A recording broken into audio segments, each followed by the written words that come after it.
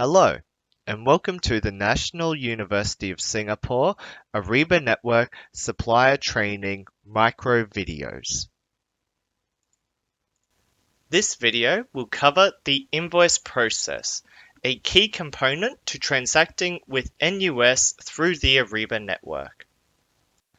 To begin this video for the invoicing process, we'll start from a previous purchase order. This purchase order's status is shipped, meaning the order confirmation process and advance ship notice have been completed. Now you will notice that the Create Invoice option is grayed out. The reason for this is before you can create an invoice, the buyer side, so NUS themselves, need to do some work and need to provide a goods receipt notice. Once they create a goods receipt notice, which is a document to let you know that they have received the goods that have been requested, the status of the purchase order will change to received, and you'll be able to create an invoice. Let's go ahead now by clicking Done and locate a document that has the status of received so that we can create our invoice document. From the workbench, we'll head to the Orders to Invoice area and we'll locate this purchase order here, which has the order status of received. So let's give this one a click and process this document.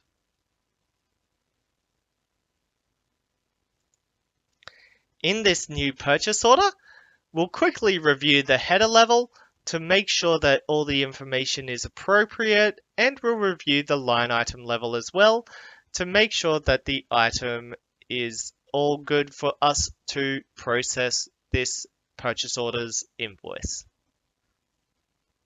I'm happy with this document, so I'm going to go ahead, click on the Create Invoice option, and select Create a Standard Invoice. From here, we'll be taken to the Create Invoice page, where you'll see that some details have been filled in automatically thanks to the ship notice that was provided previously. Our invoice number is filled in here, and you'll notice that we have a subtotal, amount due, and our tax total is currently missing.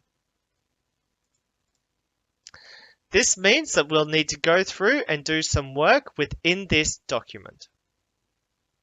So scrolling down, we'll review the information here. Shipping, payment terms, and additional fields don't have anything with asterisks, so we don't need to input any further information. Scrolling down, however, we have the additional Singapore-specific fields, where you'll notice that we have our supplier GST ID automatically input because we created it within the company profile.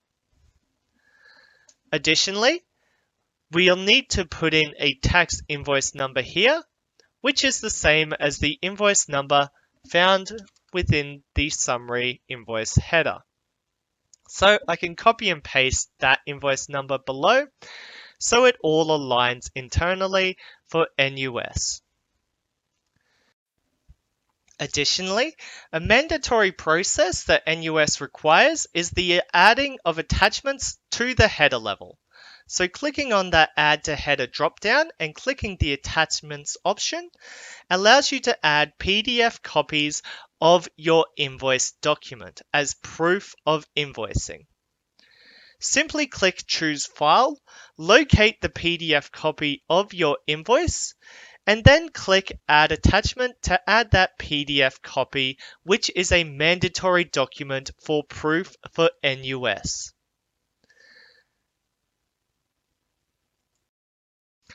Once we've added our attachment and we're happy with the invoice header, we can scroll down to our line item level.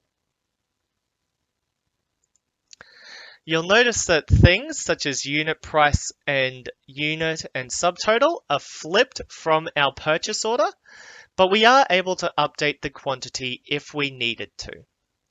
You can only invoice up to the quantity that is received. So for this document, that quantity was 1. Additionally, we have a toggle here to include line items.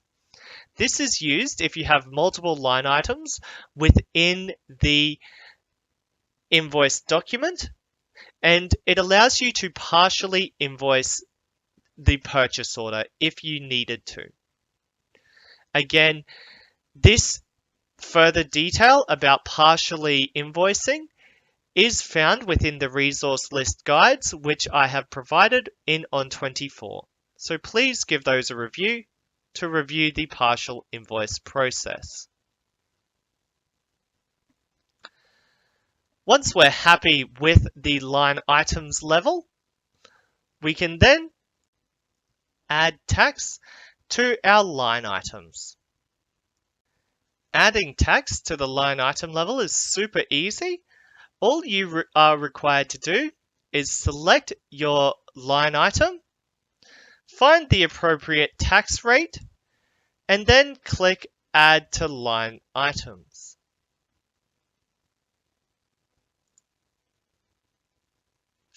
The tax rate is then automatically added to the taxable subtotal amount of the items that we selected.